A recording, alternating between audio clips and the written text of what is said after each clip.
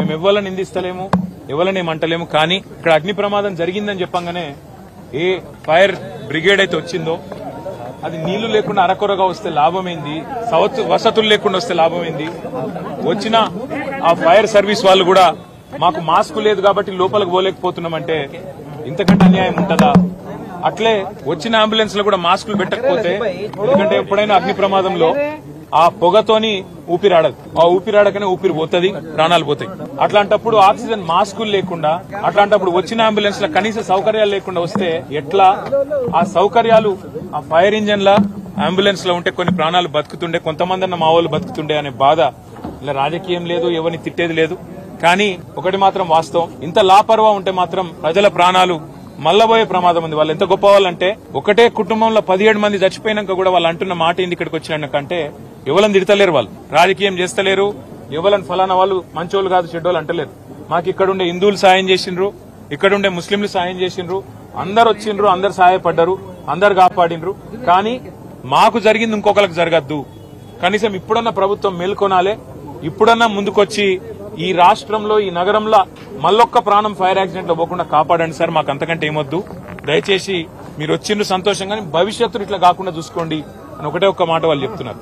నేను ప్రభుత్వాన్ని కూడా అడిగేది ఒకటే, మీరు దయచేసి రాజకీయాలు నడుస్తూనే ఉంటాయి, తిట్టుకునుడు, మనం అసెంబ్లీలో తూకిత్తా అంటే మైకిత్తా రోజులో నడుస్తూనే ఉంటది, మేము దాని గురించి రాలే. కానీ ఇప్పుడన్నా ఎండాకాలం వచ్చిందంటే మున్సిపల్ మంత్రి గాని, మున్సిపల్ అధికారులు గాని, పోలీసు వాళ్ళు గాని, ఫైర్ ఇంజన్ వాళ్ళు గాని ఓ రివ్యూ పెట్టుకోవాలి, సమీక్ష చేయాలి, ఎక్కడ ప్రమాదం జరిగితే. ఎందుకంటే ఇది densely populated area, old city అంటే ముఖ్యంగా చార్మినార్ అంటే ఎక్స్ట్రీమ్లీ డెన్స్లీ పాపులేటెడ్ ఏరియా. ఇక్కడ ఒక ఫైర్ ఇంజన్ రానికి పోనికి కూడా జాగుండదు, తెల్లారు లేస్తే అంత ట్రాఫిక్ ఉంటది ఇక్కడ. మరి ఇక్కడ ఏమన్నా అయితే ఎట్లా అనే ఒక ఆలోచన ముందు నుంచి ఉండాలి. ఇక్కడ ఫైర్ హైడ్రెంట్స్ పనిచేస్తున్నాయా లేవా, నీళ్ళు ఏడికెళ్ళి తేవాలి, ఇంజన్ అంటే వచ్చింది, నీళ్ళు ఏడికెళ్ళి తెచ్చుకోవాలి, లాస్ట్ మినిట్ లా ఆ సోయి ఉండాలి, అధికారులకు ట్రైనింగ్ ఉండాలి, ఎప్పటికప్పుడు మాక్ డ్రిల్స్ ఉండాలి. అవేవి లేవు, ఇది మంచిది కాదు. రెండోది, అంబులెన్స్ వచ్చింది, వచ్చినాక ఆక్సిజన్ మాస్కులు లేకపోతే ఫైర్ యాక్సిడెంట్ అయిన కాడికి ఏం లాభం?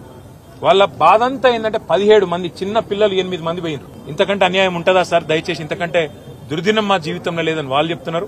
మేము కూడా ప్రభుత్వాన్ని ఒకటే కోరుతున్నాం, చచ్చిపోయినాక కాంపెన్సేషన్ ఒక 5 లక్షలు ఏదో ఇచ్చి చేతులు దులుపుకున్నాడు కాదు, భవిష్యత్తులో ఇంకెవరు చావకుండా చూడండి, భవిష్యత్తులో ఎవరికి ఇట్లాంటి దుర్మార్గమైన పరిస్థితి, ఇంత ఘోరమైన పరిస్థితి రాకుండా చూడండి. దయచేసి మీరు చేస్తున్నారు కొన్ని పనులు, ఇంకా మంచి పనులు చేయండి. అందాల పోటీలని వాటి మీద పెట్టిన శ్రద్ధ దీని మీద కూడా పెట్టండి, వాటి మీద పెట్టే ఖర్చు ఇక్కడ కూడా పెట్టండి. ఇక్కడనే కాదు, ఒక ఓల్డ్ సిటీ అనే కాదు, హైదరాబాద్ అనే కాదు, రాష్ట్రంలో ఏ మారుమూల పల్లె గాని పట్టణంలో గాని యాక్సిడెంట్ అయ్యింది అంటే